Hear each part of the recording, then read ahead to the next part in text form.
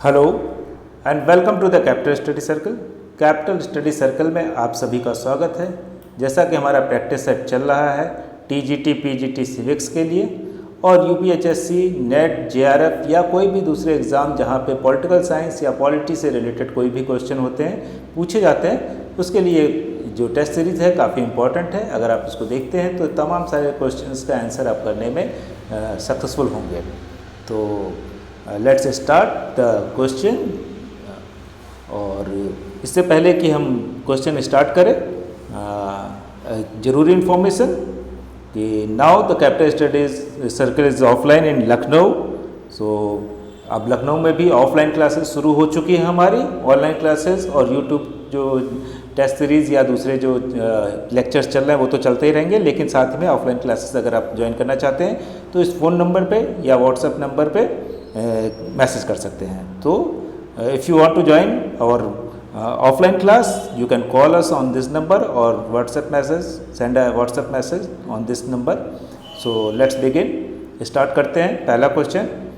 और आपसे माफ़ी के साथ कि हिंदी में हमने इसको नहीं बना पाए हैं, तो लेकिन हिंदी में इसको हम एक्सप्लेन करेंगे। तो जो इंग्लिश वाले हैं तो उनके लिए तो इट्स गुड कि तो पहला क्वेश्चन देखते हैं। 25 क्वेश्चन हम पिछली सीरीज़ में कर चुके थे, पिछले जो लेक्चर है उसमें। आज मैं 26 से लेके 50 तक आज करेंगे। तो first question, traditional approaches to the study of comparative politics neglected that. जो अब यहाँ पे है कि ट्रेडिशनल अप्रोच क्या होता है, जिसको हम हिंदी में कहते हैं पारंपरिक जो अप्रोच है, जो वो कंपैरेटिव पॉलिटिक्स में जो तुलनात्मक अध्ययन है, तुलनात्मक राजनीति में पारंपरिक जो अप्रोच है उसने क्या चीज़ छोड़ दी, क्या चीज़ नहीं इस्तेमाल करता है, ये क्वेश्चन है। तो इसमें दिया है कंपैरिजन ऑफ कॉन्स्टिट्यूशन कि संविधानों का तुलनात्मक अध्ययन, डिस्क्रिप्शन ऑफ इंस्टीट्यूशन संस्थानों का जो विस्तार से अध्ययन, एम्पिरिकल इन्वेस्टिगेशन मतलब वैज्ञानिक और प्रायोगिक तरीके से जो शोध करना, वैज्ञानिक प्रायोगिक तरीके से शोध करना, और स्टडी ऑफ गवर्नमेंट सरकारों का अध्ययन। इनमें से क्या होगा? तो अब इसको समझने के लिए आपके पास दो तरीके हैं, या तो इसको रट लीजिए या फिर आप थोड़ा सा ट्रेडिशनल अप्रोच किसको कहते हैं ये पहुंच लीजिए।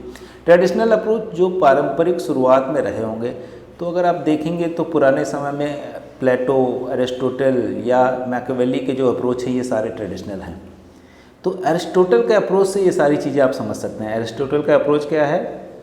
ट्रेडिशनल, पारंपरिक। तो क्या कहते हैं? कंपैरिजन ऑफ कॉन्स्टिट्यूशन करते हैं। हाँ बिल्कुल करते हैं। 158 constitution, he compared almost 158 constitution and then he wrote the politics, his most magnum opus जो बुक है वो लिखते हैं एरिस्टोटल की पॉलिटिक्स। तो डिस्क्रिप्शन ऑफ इंस्टीट्यूशन ये भी करते हैं कि बताते हैं किस तरह से बेटर फॉर्म होता है, एरिस्टोक्रेसी है, फिर उसी को कहते हैं कि फिर डेमोक्रेसी में क्या चीज़ प्रॉब्लम है। एरिस्टोक्रेसी तो अच्छा है लेकिन ओलिगार्की खराब है, डेमोक्रेसी तो अच्छा है लेकिन उसी का जो डिस्टॉर्टेड फॉर्म है वो ख़राब है। तो इंस्टीट्यूशन को वो डिस्क्रिप्शन देते हैं, सही है।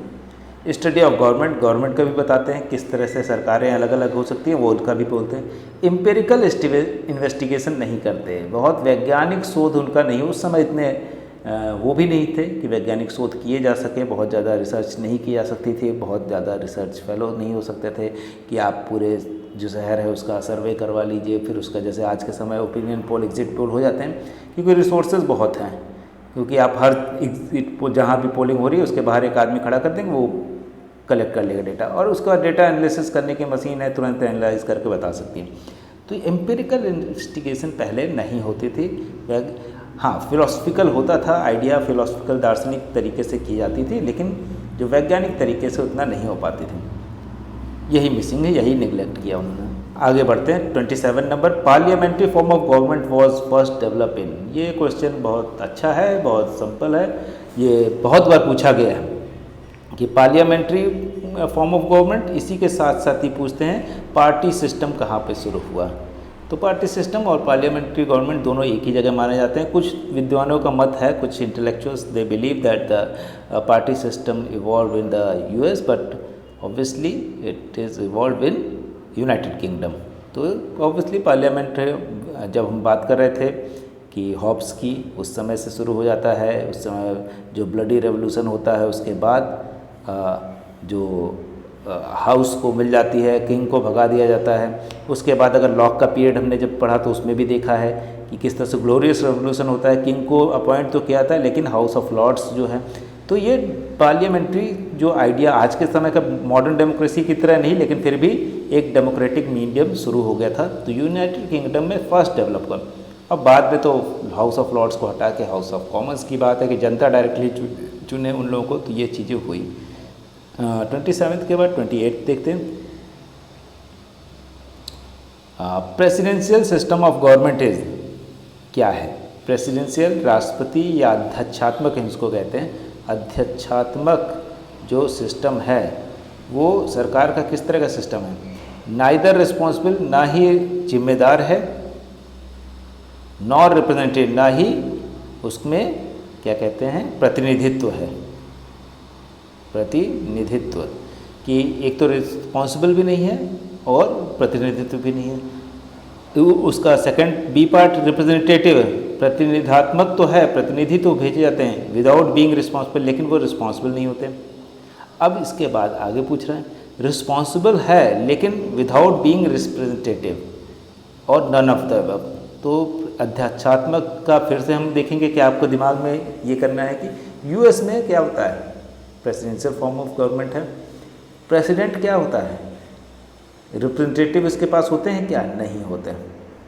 लेकिन रिस्पॉन्सिबल क्या होता है? हर चीज़ के लिए एग्जीक्यूट करने का काम इसको मिलता है। तो एग्जीक्यूटिव है इसलिए रिस्पॉन्सिबल तो है, विदाउट बीइंग रिप्रेजेंटेटिव। रिप्रेजेंटेटिव कहाँ होते हैं? सीनेट में होते हैं और हाउस ऑफ रिप्रेजेंटेटिव में होते हैं। तो हाउस ऑफ रिप्रेजेंटेटिव की मेजॉरिटी और माइनॉरिटी से इसको कोई फ़र्क नहीं पड़ता, यूएस का प्रेसिडेंट इलेक्ट हो जाता है और वो एग्जीक्यूट करने के लिए। अब इसको जो मिनिस्ट्री होती है वो भी अपने से बनाता है, तो सारी जिम्मेदारी इसकी होती है एग्जीक्यूट करने के लिए। रिस्पॉन्सिबल तो ये है लेकिन रिप्रेजेंटेटिव नहीं होता। तो सही आंसर क्या हो जाएगा? 28 का सी। आगे बढ़ते हैं 29 देख लेते हैं। The third world countries have opposed all kind of. अब ये क्वेश्चन भी अच्छा है, इसको आप सिंपली अगर हम इसके बैकग्राउंड में चले जाएं तो आप चीज़ों को आसानी से सॉल्व कर पाएंगे। क्वेश्चन बहुत अच्छे हैं, सिर्फ इसका बैकग्राउंड और थोड़ी सी स्टोरी आपको मालूम होनी चाहिए, कहानी मालूम है तो जवाब मिल जाएगा। जिस तरह से होता है ना कि जब सब चीज़ रटनी नहीं पड़ती। अगर आपने रामायण पढ़ी है या महाभारत पढ़ी है या आप जिसमें बिलीव करते हैं, कुरान में, बाइबल में या कोई भी और रिलीजियस टेक्स्ट या कोई भी चीज़ में, अगर आपने उस मूवी देखी है तो उसकी कहानी से अब पूछा जाए कि इसका नाम क्या था तो आप आसानी से बता सकते हैं, क्योंकि पूरी कहानी आपने समझ ली है। अगर आपको सिर्फ अलग से सिर्फ नाम बता दी जाए, स्टेटमेंट दे दी जाए कि ये किसने थे, याद करना तो बहुत ढेर सारे स्टेटमेंट हो जाएंगे, नहीं याद कर पाएंगे। तो इसलिए ये भी है कि इसकी कहानी पहले समझ लीजिए। थर्ड वर्ल्ड कंट्रीज किसको बोलते हैं? थर्ड वर्ल्ड कंट्री जो होते हैं, जो हमने बताया था कोल्ड वॉर के समय दो ब्लॉक थे यूएसए के लीडरशिप में, कैपिटलिस्ट ब्लॉक, और यूएसएसआर की लीडरशिप में जो सोशलिस्ट ब्लॉक था, उसके अंदर जो नहीं आ रहे थे उनको कहा गया थर्ड वर्ल्ड कंट्री। दूसरा जो डेफिनेशन है थर्ड वर्ल्ड कंट्री की, जो न्यूली इंडिपेंडेंट थे, क्योंकि इससे पहले क्या हो रहा था, सेकेंड वर्ल्ड वॉर से पहले ये ज़्यादातर कंट्री जो है कॉलोनीज थे किसी के, तो अब ये न्यूली इंडिपेंडेंट है। अब उसमें इंडिया भी हो गया, चाइना भी हो गया, दूसरे जो लैटिन अमेरिकन कंट्री हैं वो भी हो गए, अफ्रीकन बहुत से कंट्री वो भी हो गए। तो अब ये किस चीज़ का अपोज करेंगे? तीसरी जो थर्ड वर्ल्ड कंट्री के डेफिनेशन है उसमें कई बार ये मान लिया गया जो डेवलपिंग नेशन है, जो गरीब नेशन है, उनको मान लिया गया। धीरे धीरे वो टर्म डिस्टॉर्ट होता रहता है, वो बन रहा है। तो अब ये किसके अगेंस्ट में रहेंगे? तो सिंपल सी बात है, जिसकी वजह से इन्होंने परेशानी झेली जिसकी वजह से एक्सप्लॉयटेशन और शोषण झेला है, उसी के अगेंस्ट में रहेंगे। तो किसकी वजह से? इंटरनेशनलिज्म का मतलब क्या है कि सभी लोग सभी जगह जा सके या एक विश्व की तरह कि सबके राइट बराबर हों, तो ऐसा तो नहीं है। इम्पीरियलिज्म साम्राज्यवाद, तो अंतर्राष्ट्रीयवाद जो है नहीं, साम्राज्यवाद। राष्ट्रवाद से इनको नुकसान तो नहीं हुआ थर्ड वर्ल्ड कंट्री को। तो ऑल्दो अगर हम डिस्कशन में जाएंगे राष्ट्रवाद के, तो रविंद्रनाथ टैगोर जैसे जो शख्सियत हैं वो कहते हैं कि राष्ट्रवाद, अगर महात्मा गांधी से उनका डायलॉग होता है कि राष्ट्रवाद आप यूज़ तो कर रहे हैं, लेकिन राष्ट्रवाद कई बार वो खतरनाक होता है जो हमें अपने सही और गलत चीज़ों को समझने की शक्ति खो देता है राष्ट्रवाद के चक्कर में। चाहे वो ब्रिटेन के अंदर का राष्ट्रवाद हो, अमेरिका के हो, इंडिया का हो, तो वो सही और गलत चीज़ों का जो डिफरेंस है एक राष्ट्रवाद के नाम पे करना बंद कर देते हैं लोग। इसलिए वो राष्ट्रवाद के खिलाफ थे रविन्द्रनाथ टैगोर। ऑल्दो महात्मा गांधी या दूसरे लोग बहुत राष्ट्रवाद के समर्थक भी थे। तो इम्पीरियलिज्म साम्राज्यवाद जो है वो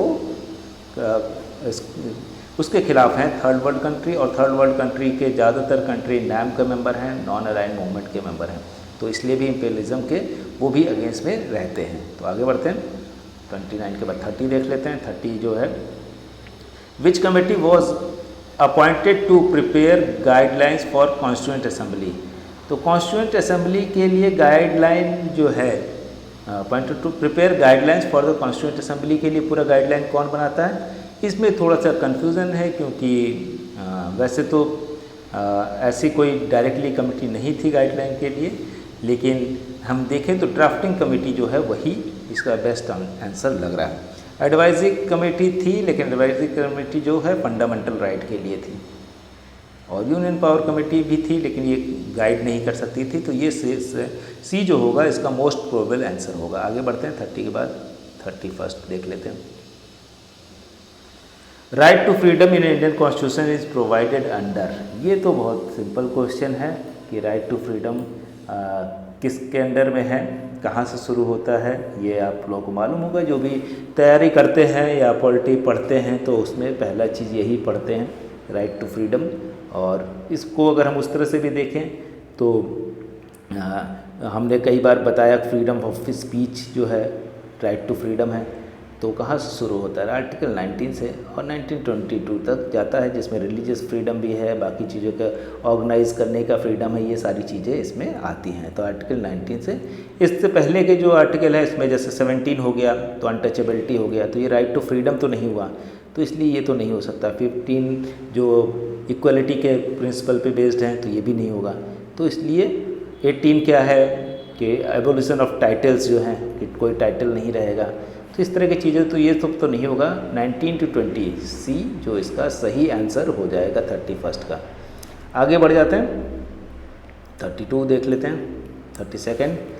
fundamental duties are incorporated in the constitution of India bye.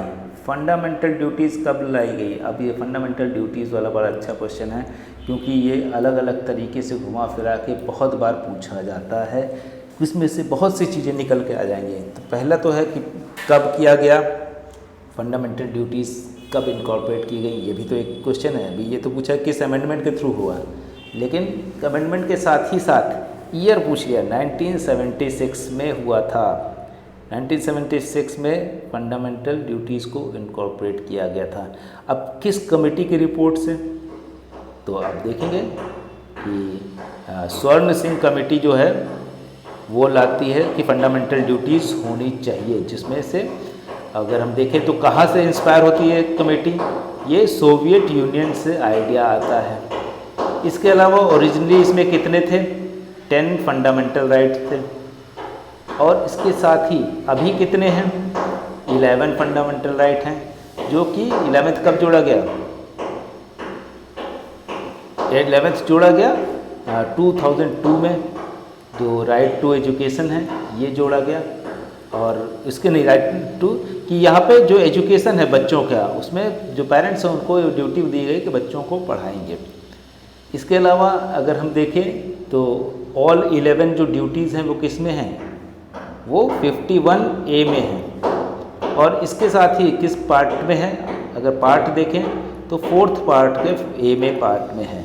अब वापस आते हैं, इतनी ढेर सारी डिटेल, इतने क्वेश्चन इसमें बन सकते हैं। ईयर पूछ सकता है, who recommended the fundamental duties, how many fundamental duties were initially there, when was 11th fundamental duty added and what was that, which article 51A and which part 4th A. So that is the basic idea about the fundamental duties. अब जो question था 1976 42nd amendment act में हुआ था, fundamental duty को add किया गया था। अब अगला क्वेश्चन देख लेते हैं 33rd क्या बोला है, directive principle of state policy is provided by, जो है डायरेक्ट डीपीएसपी जिसको कहते हैं, नीति निर्देशक जो पॉलिसी है, नीति, ये किस पार्ट में, जो भाग है कॉन्स्टिट्यूशन का या कहते हैं संविधान का, किस भाग में है। तो पार्ट 2, पार्ट 3, पार्ट 4, ये लगभग सब लोग जानते होंगे। इसके भी बहुत से क्वेश्चन बन सकते हैं। सिर्फ थोड़ा सा मैं आपको बैकग्राउंड बता दूं कि ये जो आइडिया है डीपीएसपी कहाँ से लिया गया है, ये डायरेक्टली आयरिश कॉन्स्टिट्यूशन से लिया गया है। लेकिन आयरिश कॉन्स्टिट्यूशन में कहाँ से लिया गया है, वो स्पेन से लिया गया है। तो ये याद रखिएगा, आयरिश कॉन्स्टिट्यूशन से हमने लिया है, हमने स्पेन से नहीं लिया।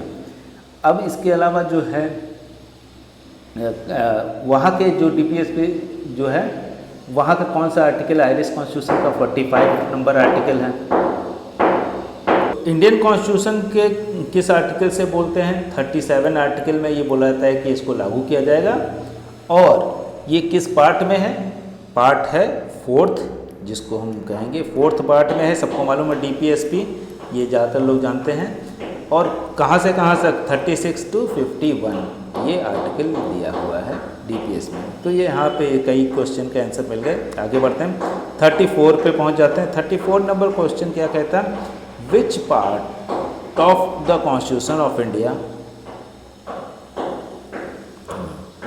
Elaborate the basic provision regarding the distribution of power between the centre and provincial government. इसका मतलब है भारतीय संविधान का कौन सा भाग केंद्र और राज्य के जो संबंध हैं उनके बीच जो शक्ति का बंटवारा करता है। तो ये बेसिक क्वेश्चन है। इसका आंसर क्या होगा, part 10th, part 11th, part 12th, part 14। तो इसका सही आंसर पार्ट 11 जो है दोनों की शक्तियों में बंटवारा करता है। आगे बढ़ते हैं 34 के बाद 35 देख लेते हैं। Setting up the permanent inter state council called the inter governmental council under article 263 was recommended by. ये पूछ रहा है कि जो अंतर्राज्यीय जो काउंसिल है, जो इंटर गवर्नमेंटल काउंसिल जो सरकारों का काउंसिल है, वो आर्टिकल जो 263 में मेंशन है वो किसके रिकमेंडेशन से आया बना। Inter state council, inter state council, Kothari commission, Ashok Mehta committee, Sarkaria commission, none of the. तो हम सभी जानते हैं सरकारिया कमीशन के रिकमेंडेशन से बनता है इंटर स्टेट काउंसिल। केंद्र और राज्यों के बीच जो शक्ति का बंटवारा है या आपस में कितना जो फंड होगा। और इंटर स्टेट काउंसिल का चेयरमैन कौन होता है, हमेशा प्रधानमंत्री होता है। और वो एलोकेट करता है फंड्स अलग अलग स्टेट्स को। किसी जो हो सकता है किसी स्टेट के पास, जैसे बिहार जैसे राज्य हैं, यूपी जैसे राज्य हैं, इनका जो इनकम है वो कम है लेकिन इनको पैसे ज़्यादा मिल जाते हैं। क्यों, क्योंकि ये पिछड़े राज्य हैं। इसी तरह से कर्नाटका, तमिलनाडु, केरला, ये लोग का जो जीडीपी में कंट्रीब्यूशन है वो ज़्यादा है इनके एरिया के हिसाब से, और इनकी पॉपुलेशन भी कम है, तो इनको पैसे कम मिलते हैं। तो कई बार ये लोग कहते हैं कि हम तो ज़्यादा प्रोड्यूस करते हैं लेकिन हमको मिलता कम है। ये लोग कम प्रोड्यूस करते हैं। अगर यूपी, बिहार, राजस्थान, मध्य प्रदेश देखें तो हम प्रोड्यूस कम करते हैं, हमारी पॉपुलेशन ज़्यादा है, तो हमको पैसा ज़्यादा मिलता है। तो इसीलिए कई बार साउथ इंडियंस जो बोलते हैं कि जो नॉर्थ इंडियंस हैं वो जीडीपी में कम कंट्रीब्यूट करके ज़्यादा ले लेते हैं इंटर स्टेट, और वो प्राइम मिनिस्टर से शिकायत भी इसकी करते हैं। तो आगे बढ़ते हैं 35 के बाद 36 देख लेते हैं। The power of judicial review in India is enjoyed by. अब ये भी अच्छा क्वेश्चन है कि जो जुडिशियल रिव्यू का जो आइडिया है वो किसके पास है? द सुप्रीम कोर्ट अलोन, सिर्फ सुप्रीम कोर्ट के पास। The Supreme Court as well as High Court, Supreme Court और हाई कोर्ट दोनों के पास जो न्यायिक पुनर्व्याख्या जो है वो करने की शक्ति किसके पास है? ऑल कोर्ट, सभी कोर्ट के पास है, या प्रेसिडेंट ऑफ इंडिया के पास। तो ये तो सिंपल है, इसको सभी लोग जानते हैं कि इंडियन जो जुडिशियल रिव्यू है ये सुप्रीम कोर्ट और हाई कोर्ट, जो हमारे 25 हाई कोर्ट हैं वो और सुप्रीम कोर्ट दोनों ही कर सकते हैं अंडर आर्टिकल 13(2). इसके तहत जो है जुडिशियल रिव्यू, अगर फंडामेंटल राइट से रिलेटेड कुछ है या जो भी सुप्रीम कोर्ट के दायरे में आता है उस पर जुडिशियल रिव्यू किया जा सकता है। इसके बाद अगला क्वेश्चन देख लेते हैं। 37 नंबर क्वेश्चन जो है वो क्या कह रहा है? Which among the following is modern interest come pressure group? Which among the following is modern interest come pressure group? तो हमने प्रेशर ग्रुप भी पढ़ा है, इंटरेस्ट ग्रुप भी पढ़ा है। तो प्रेशर ग्रुप क्या करता है? एक ग्रुप होता है लार्ज ग्रुप, जैसे हम देख सकते हैं फिक्की हो गया या एसोचेम हो गया या एटक हो गया, जो हमारा क्या कहते हैं कि जो ट्रेड यूनियंस हो गए, इस तरह की चीज़ें हो गई, या इस तरह के तमाम सारे जो ऑर्गेनाइजेशन हैं वो हो सकते हैं प्रेशर ग्रुप, जो डायरेक्टली इलेक्शन में या पॉलिटिक्स में नहीं इन्वॉल्व होते हैं। यहाँ पर पूछ रहा है इंटरेस्ट ग्रुप। इंटरेस्ट ग्रुप कई बार वो छोटे होते हैं और वो किसी खास चीज़ के लिए बनते हैं, वो लगातार नहीं चल सकते या ऐसा भी होता है। तो इंटरेस्ट ग्रुप भी और प्रेशर ग्रुप एक ही माने जाते हैं। कई बार थोड़ा सा डिफरेंस होता है कि इंटरेस्ट ग्रुप एक खास, मान लीजिए जैसे हैंडीकैप्ड का एक ग्रुप बना तो वो इंटरेस्ट ग्रुप होगा, क्योंकि वो बहुत ज़्यादा प्रेशर नहीं डाल सकते, उनकी पॉपुलेशन बहुत कम है तो गवर्नमेंट पे प्रेशर तो नहीं डाल सकते, लेकिन इंटरेस्ट दिखा सकते हैं कि आप हमारे लिए ये चीज़ कीजिए या छोटे। तो यहाँ पे है कि इंटरेस्ट ग्रुप कौन सा है? एनवायरमेंटल ग्रुप्स प्रेशर ग्रुप भी हैं, क्योंकि इसमें बहुत बड़े लेवल पे लोग जुड़े रहते हैं। आप अगर एनवायरमेंटल ग्रुप्स को देखेंगे तो पेटा से लेके तमाम सारे जो ऑर्गेनाइजेशन हैं, चाहे वो जो ग्रीन पीस हो या इस तरह के तमाम सारे बड़े एनजीओ हैं। म्यूनसिपैलिटी जो है वो तो सरकार का ही काम है। ट्रेड यूनियन तो प्रेशर ग्रुप है, हमने बताया भी। एनजीओ जो है ये इंटरेस्ट ग्रुप है, यही सही आंसर है इसका। एनजीओ जो है आज के समय नए जो इंटरेस्ट ग्रुप हैं जो आज के समय प्रेशर का भी काम करते हैं, इंटरेस्ट का भी काम करते हैं। तो आगे बढ़ते हैं। तो 38 नंबर क्वेश्चन देखते हैं। The origin of cold war can be traced. जो शीत युद्ध का प्रारंभ कब हुआ, इस तरह का क्वेश्चन। शीत युद्ध जो है वो कब होता है? तो उसका प्रारंभ Cuban missile crisis 1962, first world war in Europe, Korean war in 1950-53, second world war in Europe. तो अगर देखा जाए तो सेकेंड वर्ल्ड वॉर में तो नहीं, लेकिन end of the second world war जो है उसके बाद शीत युद्ध या जो द्वितीय विश्व युद्ध के बाद जो शीत युद्ध या कोल्ड वॉर जो है शुरू हो जाता है। क्योंकि जर्मनी के अंदर अगर आप देखें तो एक तरफ जो है सोवियत यूनियन की सेना होती है और दूसरी तरफ जो दूसरे यूएस की सेना होती है, और दोनों ही खाली करने से मना कर देते हैं। यूएसए कहता है कि आप हट जाइए पीछे, आपने लड़ाई की लेकिन आप पीछे हट जाइए और हम यहाँ पे डेमोक्रेटिक गवर्नमेंट बनाएंगे। तो इसका सही आंसर जो हो जाएगा सेकेंड वर्ल्ड वॉर का एंड हो जाएगा। लेकिन अगर ये नहीं दिया होता या beginning of second world war तो ये नहीं होगा, क्योंकि बिगिनिंग से में तो अलायंस पावर के साथ मिल के लड़े थे यूएसएसआर और यूएसए और इंग्लैंड और दूसरी शक्तियाँ। तो यहाँ पे तब कोरियन वॉर में देखा जाएगा। कोरियन वॉर में भी जो जर्मनी वाला आइडिया बताया वो सेम चीज़ वहाँ भी है, इसीलिए नॉर्थ कोरिया और साउथ कोरिया बट गया, और इसी तरह से वेस्ट जर्मनी और ईस्ट जर्मनी बना था। और दो बाद में वो एक हो गए, लेकिन नॉर्थ कोरिया और साउथ कोरिया अभी तक एक नहीं हो पाए। तो ये कोल्ड वॉर का ही नतीजा था। तो यहाँ पे अगला देखते हैं 39 नंबर क्वेश्चन।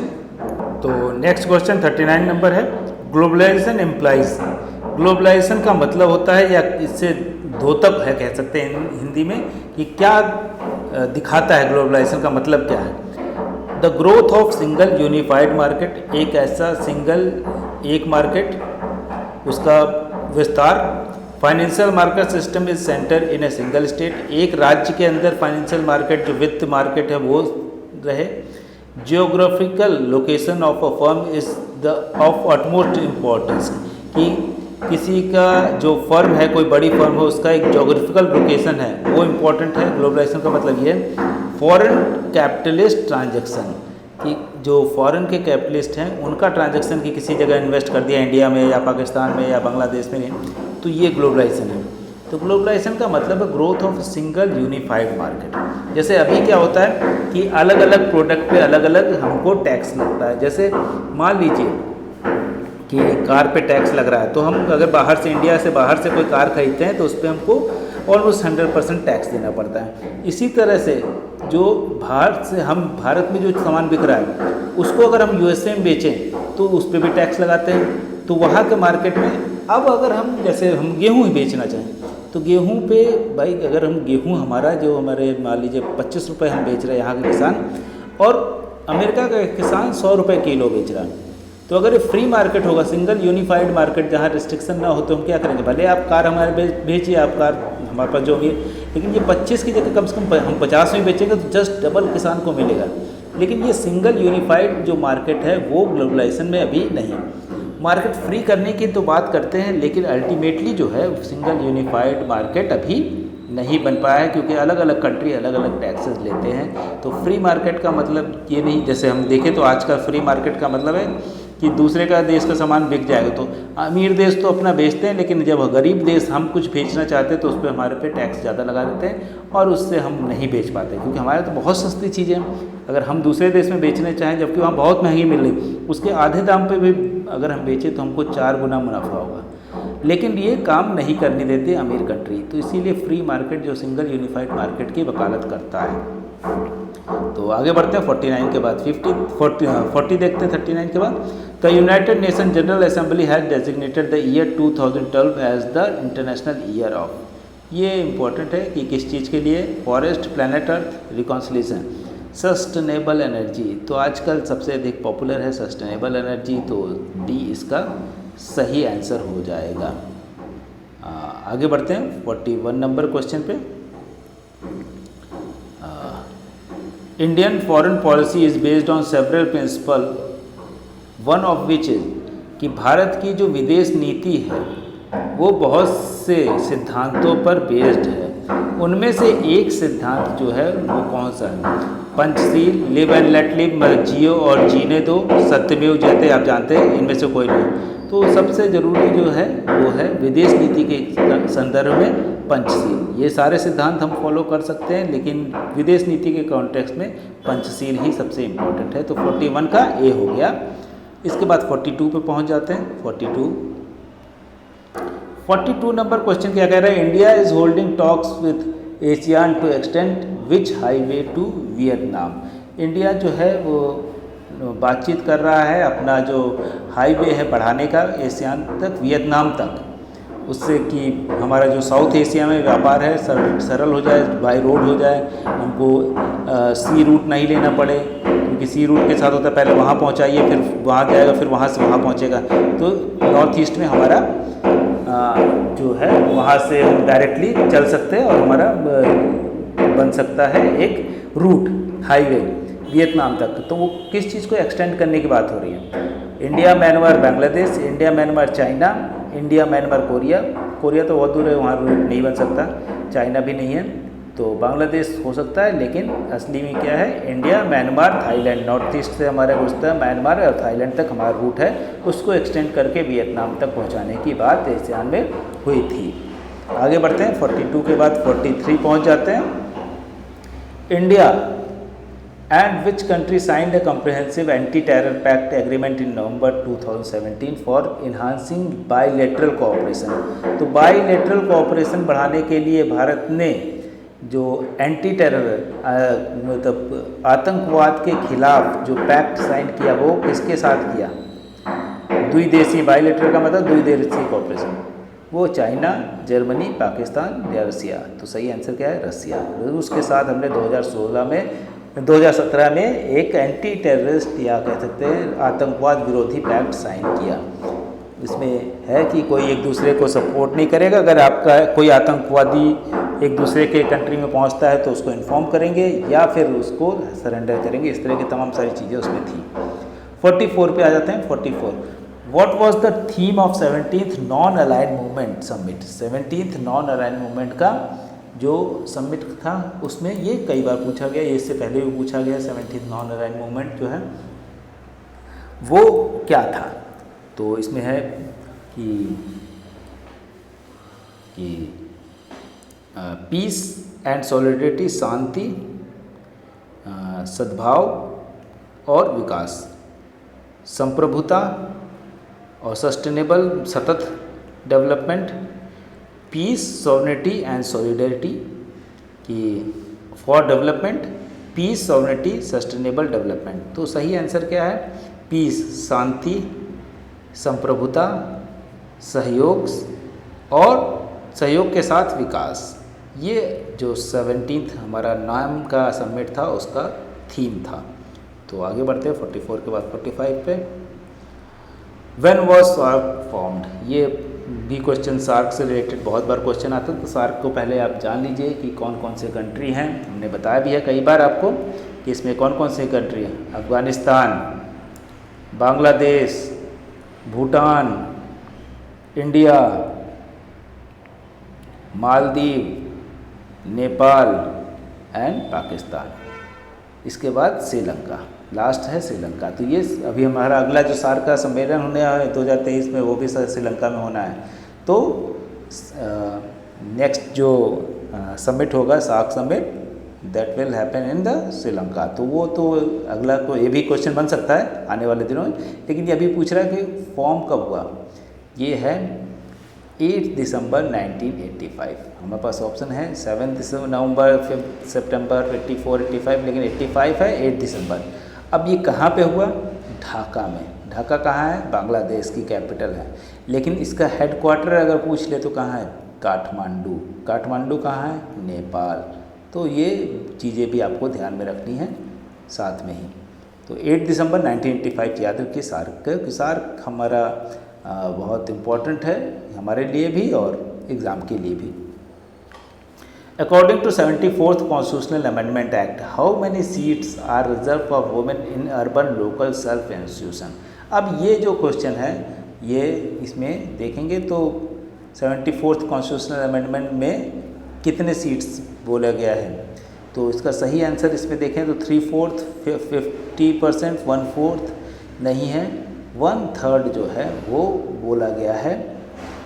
लेकिन यहाँ पे वो कह सकते हैं ऑप्शन ही नहीं है कि 1/3 का ऑप्शन नहीं है कि 1/3 सीट्स रिजर्व होनी चाहिए, चाहे वो वुमेन के लिए, चाहे वो अर्बन लोकल हो, चाहे रूरल लोकल हो, जिसको पंचायती राज कहते हैं, वहाँ भी 73rd अमेंडमेंट में भी है। 74th अमेंडमेंट में 1/3 सीट्स रिजर्व है। उसको स्टेट बढ़ा तो सकता है, घटा नहीं सकता। जैसे 50% बिहार में, हरियाणा में, बहुत से स्टेट में 50% कर दिया है। बढ़ा तो सकते हैं लेकिन घटा नहीं सकते, 1/3 तो देना ही पड़ेगा। तो इसमें तो कोई भी आंसर नहीं, लेकिन आंसर याद रखिए 1/3। अगला क्वेश्चन, अब panchayati raj institution is based on the principle of, panchayati raj जो संस्थान है वो किसके सिद्धांत पर बेस्ड है? डिसेंट्रलाइजेशन, जो विकेंद्रीकरण,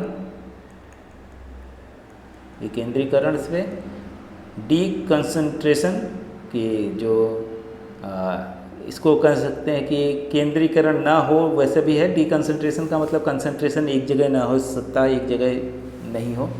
डेमोक्रेटिक सेंट्रलिज्म, प्रजातांत्रिक केंद्रीकरण या प्रजातांत्रिक विकेंद्रीकरण।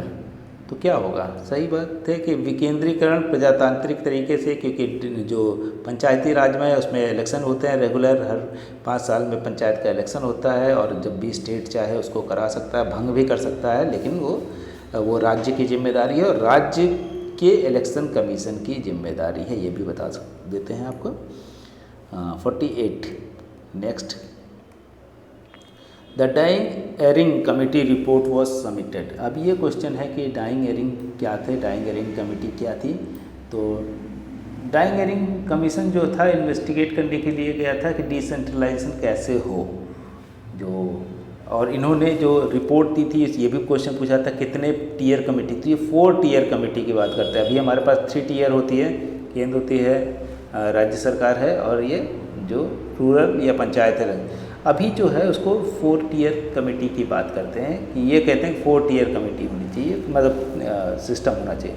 अब ये पूछ रहे कब इन्होंने सबमिट की, तो इन्होंने जो सबमिट की है वो 65 में की है। तो जनवरी 65 में इन्होंने रिपोर्ट सबमिट की। 64 में इनको अपॉइंट किया गया था कि बताएं क्या है, क्या कैसा जो इम्प्लीमेंटेशन है डिसेंट्रलाइजेशन का वो हो रहा है कि नहीं। तो उन्होंने आगे बढ़ा के एक रिपोर्ट सबमिट की जो जनवरी 1965 में सबमिट हो गई। आगे बढ़ते हैं, 49 नंबर क्वेश्चन देख लेते हैं। The quorum for a meeting of the gram panchayat in Arunachal Pradesh shall be. अब ये ग्राम पंचायत से रिलेटेड है, पूरे इंडिया की ग्राम पंचायत, इसमें अरुणाचल प्रदेश अलग से भी दिया हो या ना दिया हो, उससे कोई डिफरेंस नहीं है। तो जहाँ तक मेरी जानकारी है अरुणाचल प्रदेश में भी सेम नियम है, या half of the total number, ये तो नहीं हो सकता, इतना बड़ा कोरम नहीं होता। 1/3 ऑफ द टोटल नंबर ये भी नहीं होता। 1/4 of the total number usually ये भी नहीं होता। 1/5 कह सकते हैं, वैसे 1/10 होता है। ऑब्वियसली जो rest of the gram panchayat Arunachal Pradesh वाले द्वारा आपसे तो नहीं पूछा जाएगा। तो 1/10 कोरम होता है किसी मीटिंग को करने के लिए। अगर 1/10 मेंबर नहीं आते हैं तो मीटिंग जो है एडजर्न करके आगे बढ़ा सकते हैं, पोस्टपोन की जा सकती है। आगे बढ़ते हैं, लास्ट क्वेश्चन, उसके बाद हम एक क्विक रिवीजन करेंगे जो कि हमारा डेली का काम है। तो the zila parishad in Arunachal Pradesh shall hold meeting of its office at least once in every.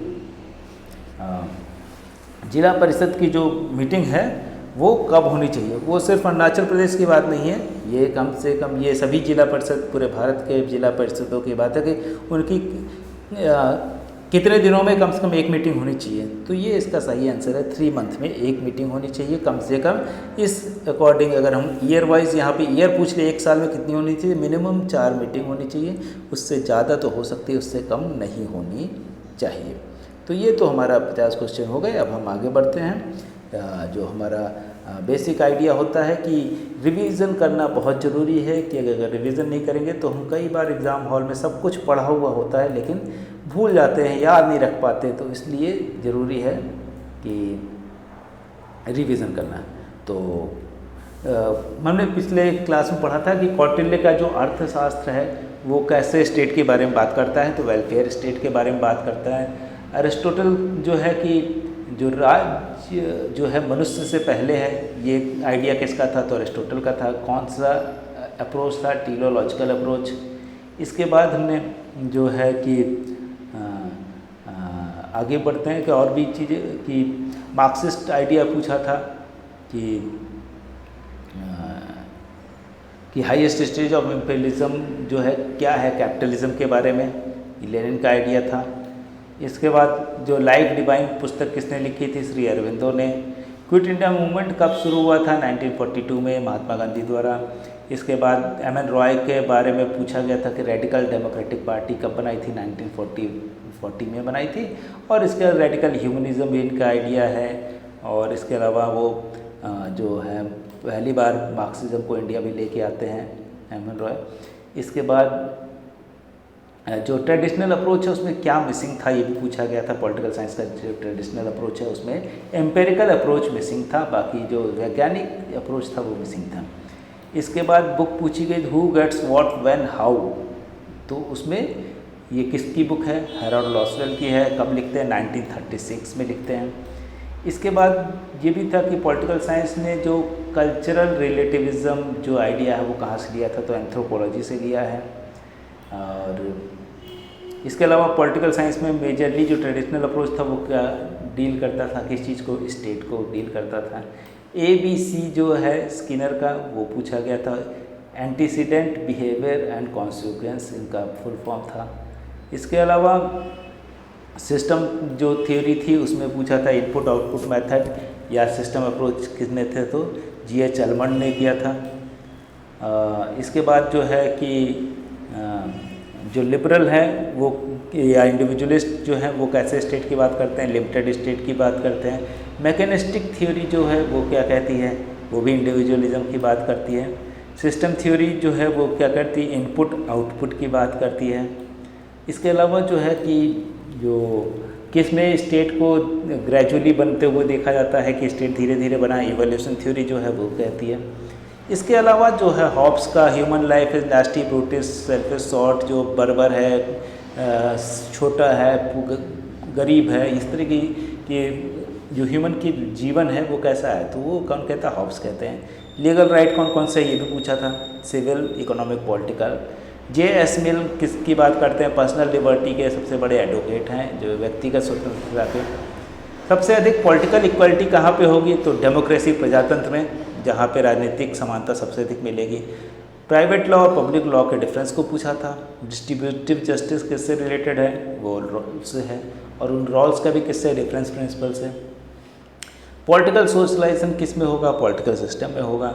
और डेमोक्रेसी जो है वो क्या क्या है, एक टाइप ऑफ गवर्नमेंट है, स्टेट है, तो टाइप ऑफ गवर्नमेंट है। तो यहाँ पे अपनी बात ख़त्म करते हैं, और अगर आप हमसे जुड़ना चाहते हैं तो इस नंबर पर फ़ोन कर सकते हैं 6001203135 पे, या व्हाट्सएप कर सकते हैं 6001939975 पे। हमारी वेबसाइट है www.capitalstudycircle.com। Facebook, Instagram, Telegram capital study circle के नाम से। ईमेल कर सकते हैं thecapitalstudy20@gmail.com के नाम से पे। और अगर आपको PDF चाहिए या कोई भी रिसर्च से रिलेटेड कोई असिस्टेंस चाहिए तो आप उनको कॉल कर सकते हैं। और अगर आपको ये वीडियो सही लग रहा है, अच्छा लग रहा है, तो इसको लाइक कर सकते हैं, शेयर कर सकते हैं, और हमारे चैनल को सब्सक्राइब कर लेंगे तो लगातार जो भी नए वीडियो अपलोड जैसे होते हैं वो इमीडिएटली आपको पता चल जाएंगे, आप उसको देख सकते हैं अगर आपके पास टाइम हो, या कभी भी देख सकते हैं। यूट्यूब पे फ्री है, जब तक कि आपके एग्ज़ाम ख़त्म नहीं हो जाते तब तक हम लगातार ये वीडियो लाते रहेंगे, ताकि आप एक एक क्वेश्चन को दिमाग में बैठा लें, कॉन्सेप्ट अलग अलग तरीके से क्लियर हो जाएं। क्योंकि एक तरह से समझाने में कुछ लोगों को तो समझ में आता है, दूसरों को नहीं समझ आएगा, तो कई बार दूसरी तरह समझाने में दूसरे को समझ में आ जाएगा, तो तीसरे को। इस तरह से कई बार समझाने में चीज़ों को समझ में आ सकती है, क्योंकि किसी की भी, मुझे नहीं लगता किसी की कैपेसिटी ऐसी हो कि 100% लोगों को एक ही बार में समझा ले जाए, तो मेरी भी वो नहीं है ऑब्वियसली। तो आप अगर, लेकिन धीरे धीरे हम कोशिश करते हैं कि सभी को समझ में आ जाए। इंग्लिश हिंदी की जो प्रॉब्लम है, कोशिश ये मेरी होती है कि बाइलिंगुअल हो, दोनों को समझ में आए। फिर भी अगर आपको लगता है कि कोई टेस्ट पेपर आपको लगता है कि इंग्लिश में होना चाहिए, तो अगर उसको अलग से आप मैसेज कर देंगे या कॉल कर देंगे तो हम उसको अलग से वीडियो डायरेक्टली इंग्लिश में या प्योर हिंदी में बना के भेज सकते हैं, आपको अपलोड कर देंगे, आप उसको ले सकते हैं। या आप जो भी अगर आप टेलीग्राम पे जुड़े हैं तो वहाँ पे मैसेज से आप देख सकते हैं। तो आप जुड़े रहिए, देखते रहिए, और इस बार आप बिल्कुल क्लियर कीजिए एग्ज़ाम को। Thank you very much.